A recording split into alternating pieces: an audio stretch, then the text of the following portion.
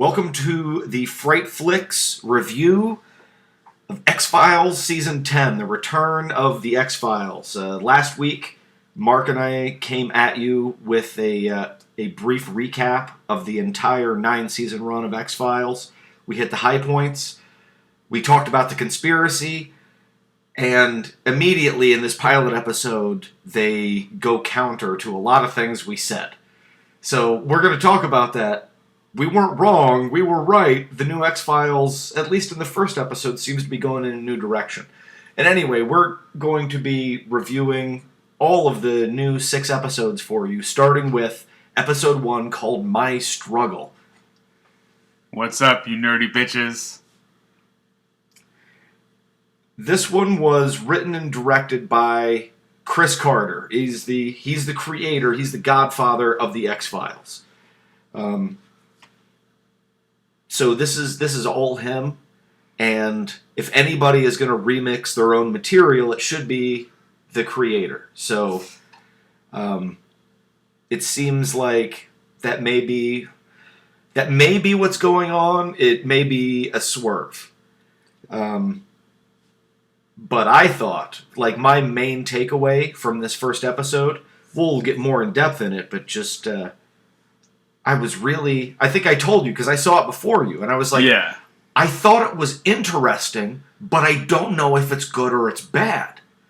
Like, part of me wanted to hate it, part of me wanted to love it, but what was the takeaway from this episode was that it was interesting. It did get me hooked into seeing what was coming next. Well, of course, I'm interested in the entire series, pretty much, no matter how bad the episodes are, but I didn't love the opening.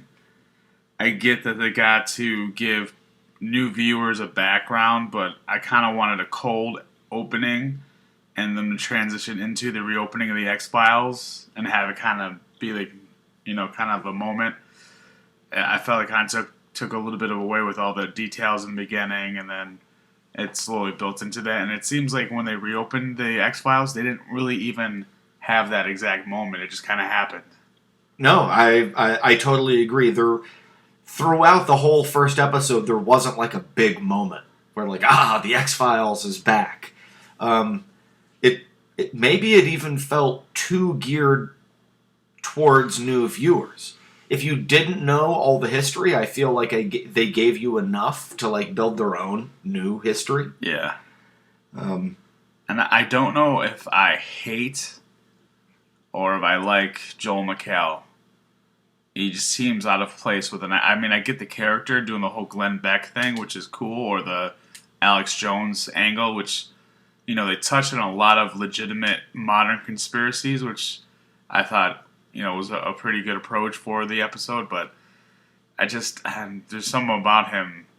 I didn't love him in Sons of Anarchy, and I didn't love him in this episode. Well, there's the thing about Joel McHale is it's really hard to take him seriously in anything. He's so good at being smarmy. He's so good at, like, Community, the soup, that sort of thing. That sure. And I'm not knocking his performance. I was actually pretty impressed because, like you, I felt the same way going into it. I actually liked him a little better than I expected to. But what's the layoff here for X-Files? Is it 11 years since they've had the X-Files open? Yeah, I believe so. So, we're just to believe that it's been...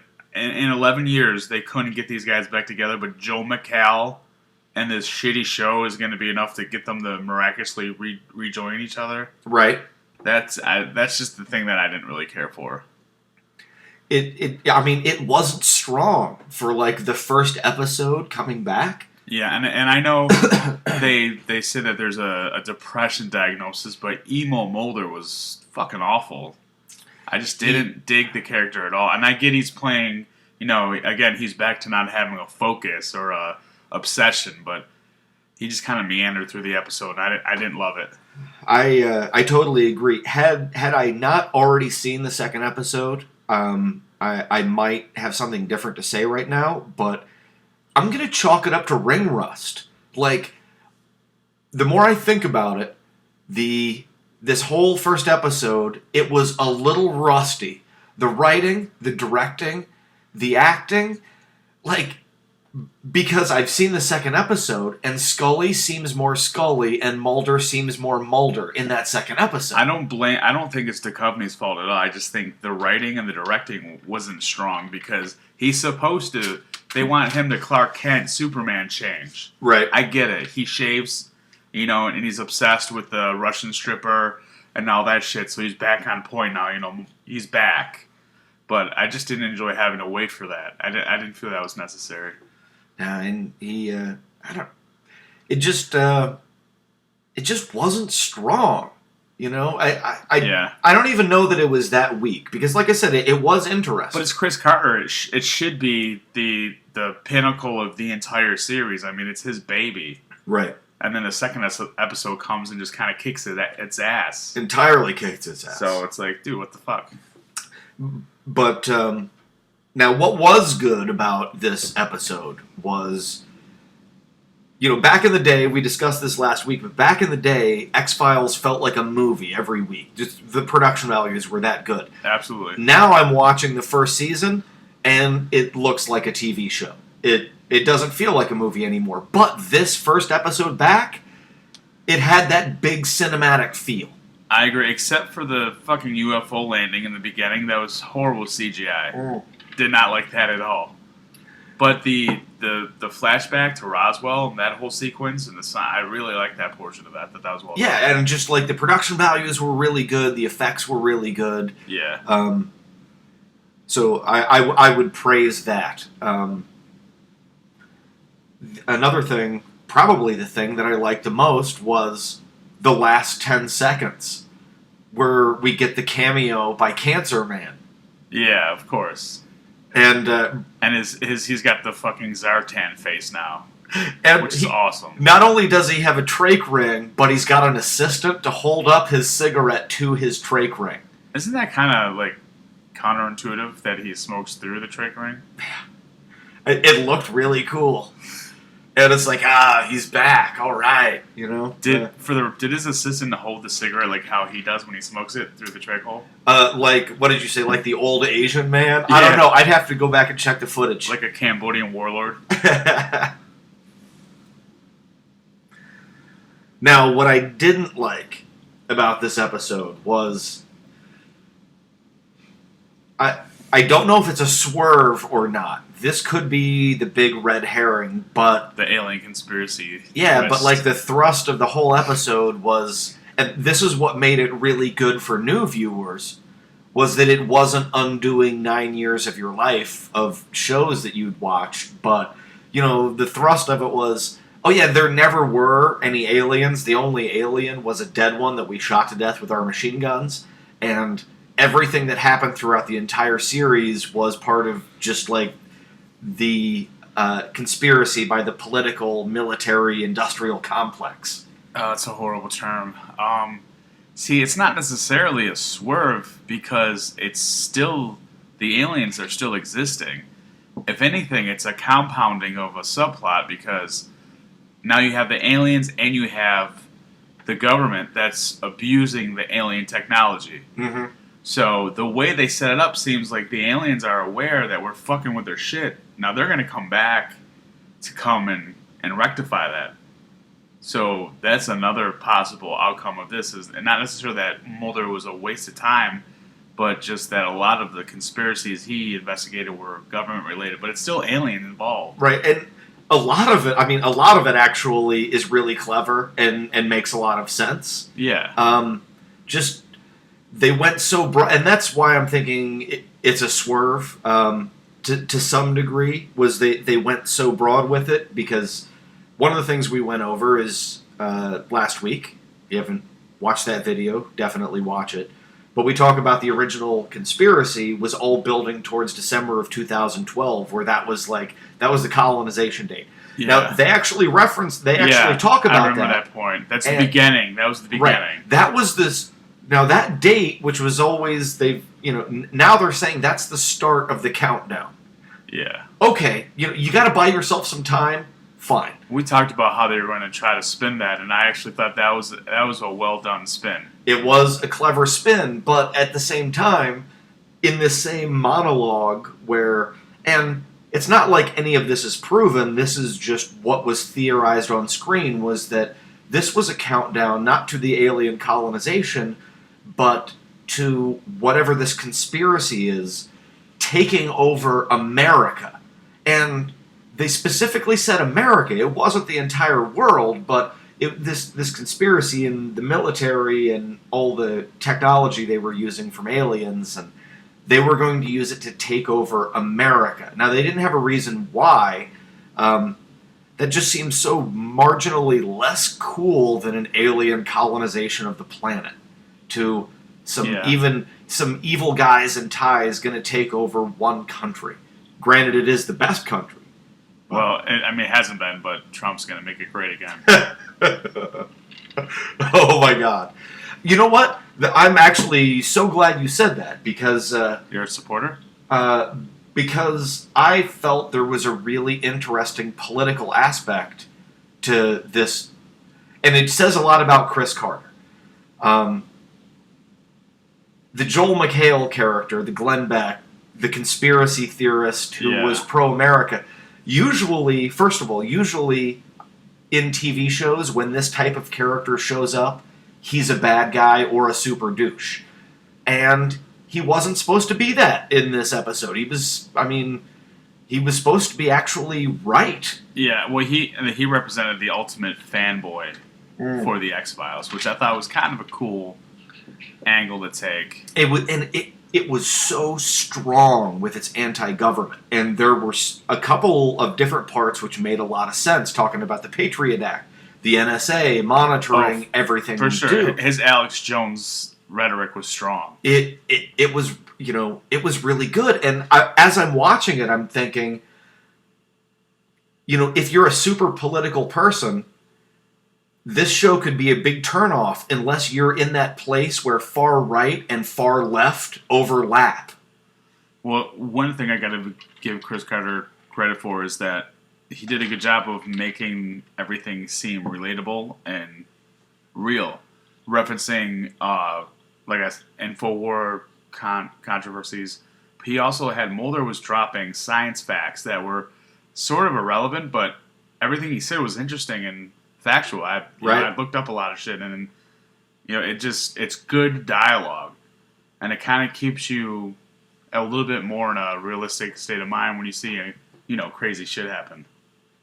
So Chris Carter, I think he's kind of far out in a lot of ways, but that's great. That can only benefit the show. Yeah.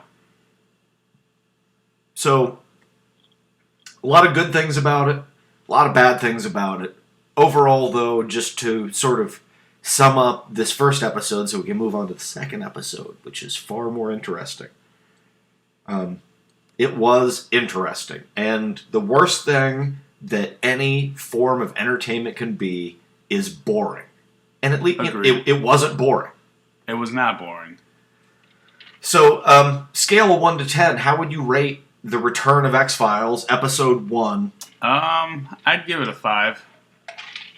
I was thinking 5 as well, but I'm going to bump it up to 6 just because I had it written down I was going to give it a 5. Over the course of this discussion, though, I'm realizing, hey, this episode was interesting enough for me to have a good discussion about it. So I'm going to give it that extra point and give it a 6 out of 10.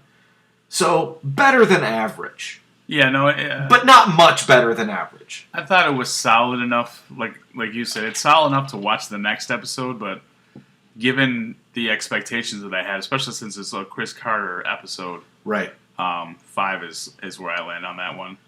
What's your favorite scene or favorite part of that episode? My favorite part of that honestly, it was the last 10 seconds with Cancer, because that was the only time in that hour where I was like, "Oh shit! Oh yeah!" Sure. Sure. I was into it the rest of the way, but I don't think I really marked out for anything else. Like I said, I feel we were cheated on the official reopening of the X-Files moment.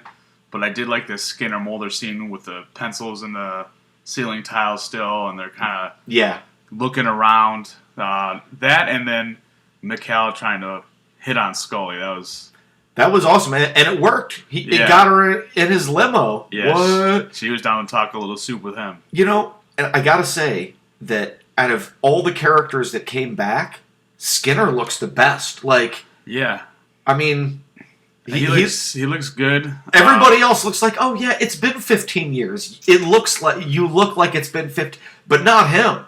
Like he looks way better now than he did on Sons. Well, yeah, I was gonna say last time we saw him, he was sort of a Nazi meth head, so maybe he's better than that. But yeah, no, I'm impressed with the Skinner look and the character as always. All right, now moving on to bigger and better things. Episode 2 is called Founder's Mutation, and it played the next night, and it was everything that I wanted from that first episode. Sure. This was the episode where I was like, yes, X-Files is back. Yeah, the first episode was the foreplay, lots of kissing. Second episode, there's some fucking. Right. Which is funny. It should be the reverse, because the first episode had a lot of like nuts and bolts, like reveals about the conspiracy and whatever. Sure. And this was more of a self-contained episode, but it was, and here's the difference. You know, Chris Carter, he created the show. He writes and directs a lot of the season openers and finales throughout the history of the series, but James Wong wrote and directed this. Wait, is that the guy that directed Insidious? No. That's James Wan. Is that the gay priest from Oz? Possibly. No, that's B.D. Wong. That was a joke. B.D. Wong? Yeah. I knew it was close. Wong, when I looked him up on IMDb earlier, and like if I were to pick a top 10 X-Files episodes ever, it turns out that he was responsible for like 5 or 6 of them. Like out of 200 episodes, like my favorites, he did both the Tombs episodes, Squeeze and Tombs. Which are outstanding. He did the Beyond the Sea, the episode with Brad Dourif as the death row inmate, which was phenomenal. He did Home, the inbred Texas Chainsaw Massacre family episode, which is one of the all-time greats. And just on and on and on. And this is the guy. This is the X-Files guy. He didn't create it. He's not Chris Carter, but he should be, because he seems to bring this super hot episode. That's also a reason why in the first podcast we had, you made a point to mention him and reference his work. And obviously he's still strong with it. He's still bringing it. Yeah. He's doing what Chris Carter isn't, you know. So what do you think about the plot of the second episode? The plot of the second episode was great. It had a lot to do with the alien abductions and the pregnancies that developed based on these alien abductions. Yes. And this was what was great about it. They didn't even get that deep into it, but it was a great idea and just chilling. It was a horrifying idea that women were being abducted and these alien human hybrid embryos were being put into them, and they were human incubators. Yeah, that whole series where they walk down the hall and they show the different children. Ooh. It's a haunting scene. You know, it's like Jerry's Kids Meets Hills Have Eyes. And that would have been an easy scene to do, where just like every kid has like a different weird makeup on their face, but they went the extra mile. Like, it was grotesque. It was really like horror movie-esque. Yeah. The mutations that these children had. I felt like there should have been some kind of morbid Sarah McLachlan song playing as they showed all the children. Yes. Oh, man. I'll see if I can find a Sarah McLachlan sound clip, you know, to play. Yeah, just add the creepy X-Files tinge to it. That's all. No, that's a that's a good point. So the actual the story of it was super. It felt like classic X-Files. It also opens up a lot of future stories. It's not like we didn't get any closure. What we got was the introduction of the idea that for the last 20 or 30 years, the military conspiracy or the alien conspiracy, I don't know. so vague, But, Yeah. they've been abducting women and using them as human incubators, and then sometimes collecting the fetuses back, and sometimes not. So it's been enough time that there could be dozens or hundreds of alien-human hybrids that are reaching maturity and out in the... Because if it were just like a bunch of children, it's only been 6 years, so it's just going to be a bunch of alien kids. Not that interesting. Yeah. But as we saw, we met a couple, the brother and sister. Yeah, the scanner kid. Yeah, so they're all these alien hybrids, they're starting to come of age as adults. This could lead to a lot of stories, and now that I'm saying it out loud, man, it sounds really fringy, but that's good. I'm glad you said that. The David Cronenberg Bite style of the scanner kid aside, the fact that they're touching on their kid, you have the two main characters that are living their lives and they don't really know what happened to their kid. It really reminded me of that whole Fringe series. It was very fringy, but you know what? That's a good thing. Not a bad. It is. But real quick, I'm glad you brought that up. If you aren't well versed in X-Files, we know that Mulder and Scully had a kid, and then they gave the kid away as a baby. They were looking at the baby picture. But if you're new and you're only like half paying attention, you see these, what I believe to be like daydreams about that Mulder and Scully had about their kid growing up. They looked like they were flashbacks. Like if you didn't know the history, you might think that they were flashing back and that Mulder and Scully had raised this kid. That isn't the case. I believe these were just like fantasy sequences. Absolutely. What they did with both of them, I thought was well done, is they were imagining what if our kid was alive, and then it devolves into their fear and why they gave the kid up at the end, which I thought was well done. Right. So did I. And then, of course, with Scully, it's an injury because she's, her maternal instincts, and then with Mulder, it's an alien thing. And it was shot exactly like his sister Samantha had been abducted. So that was well done. It really was. And it actually wasn't until the next day, after I watched it, I was looking around online, and I saw that there was actual debate. And some people actually thought that was a flashback. So that's the only reason I really wanted to mention it, is if you're one of those people that thought it was a flashback, you're wrong. It totally wasn't. Go. It'd be pretty fucking stupid. Learn your history. It wasn't that complicated. But I did like it. No, overall, I couldn't find a lot of fault with the episode. Like the characters, maybe it was the writing, but it also, they had shaken that ring rust. I think that Anderson and Duchovny were also better into character. The acting was a little bit better. The writing and directing were a lot better. Well, sure. As soon as Mulder's allowed to shave and obsess on the anti-conspiracy, he's back. Yeah. And all the wrongs of the first episode were right, or all the wongs were right in this episode. So I think that was a huge improvement. It was just the characters were kind of back.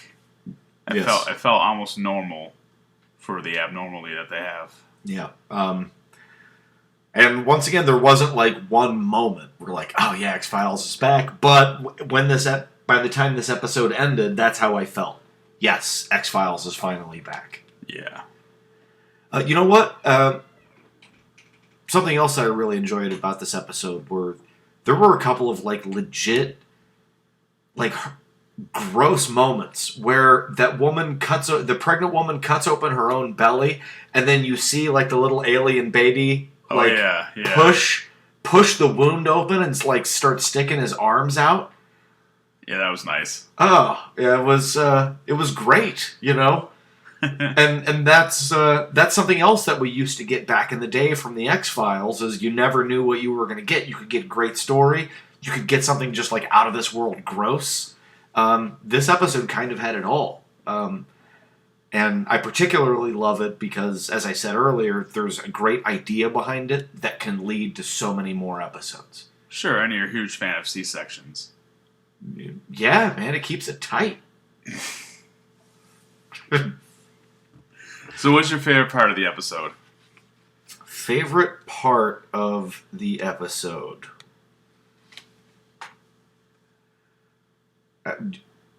Do you have yours like picked out already? Yeah, it would be the hallway scene, the reveal of all the kids. That part I thought was the That was the part that I'll probably remember exactly. Yeah, that's what I liked. over everything else. And we talked about that earlier, but these weren't just like, oh, that looks like a kid with makeup. Just like kid after kid was like, oh my god, I would kill myself. That's like the worst thing I've ever seen. Oh no, this next kid, that's the worst thing I've ever seen. Yeah. What was your least favorite or something you didn't like about the episode?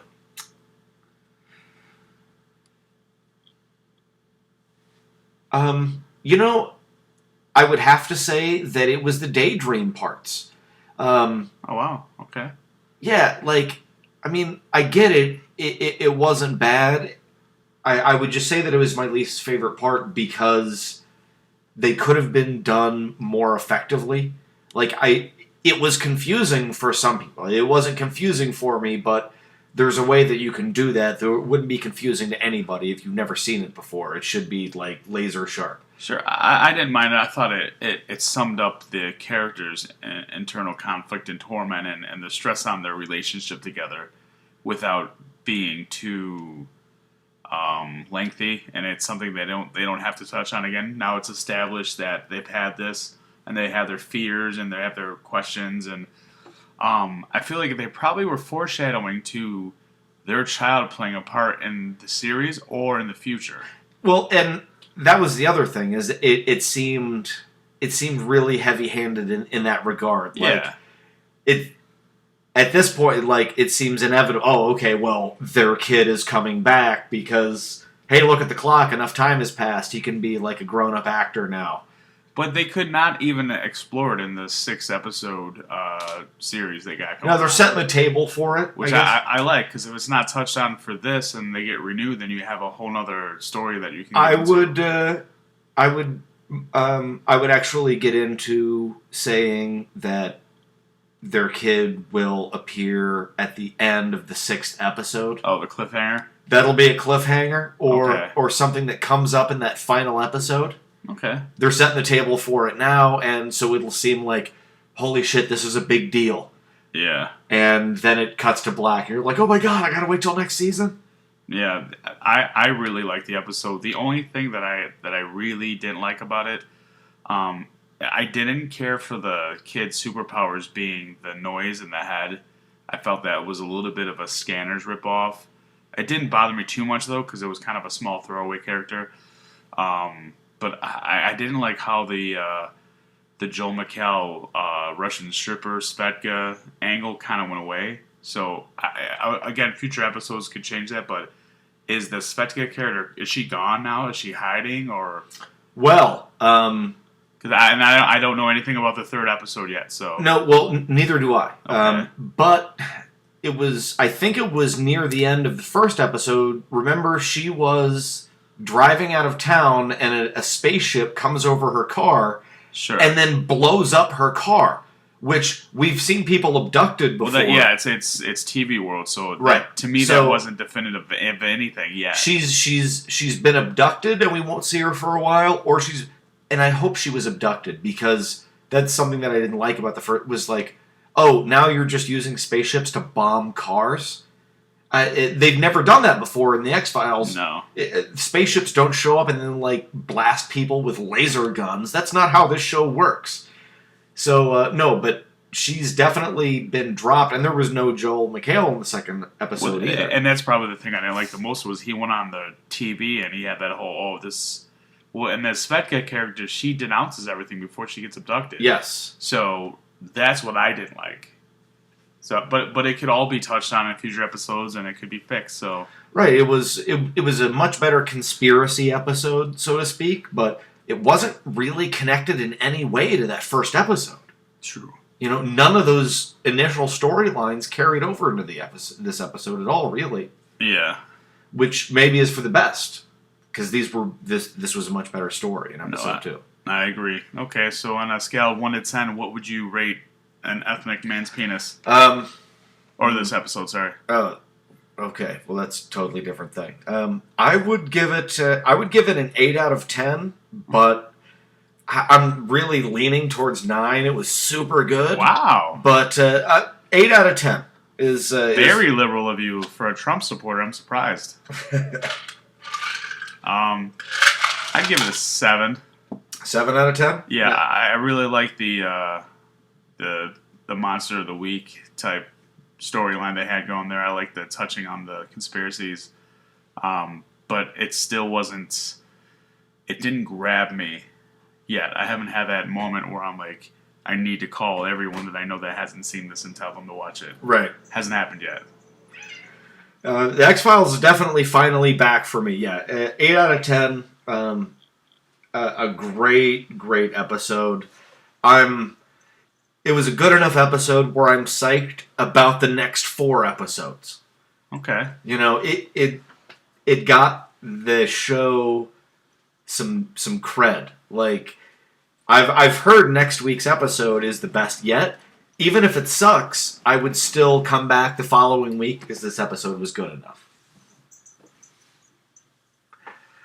Well, like I said, I'm going to watch all the episodes regardless of how good they are. Yeah. They got me.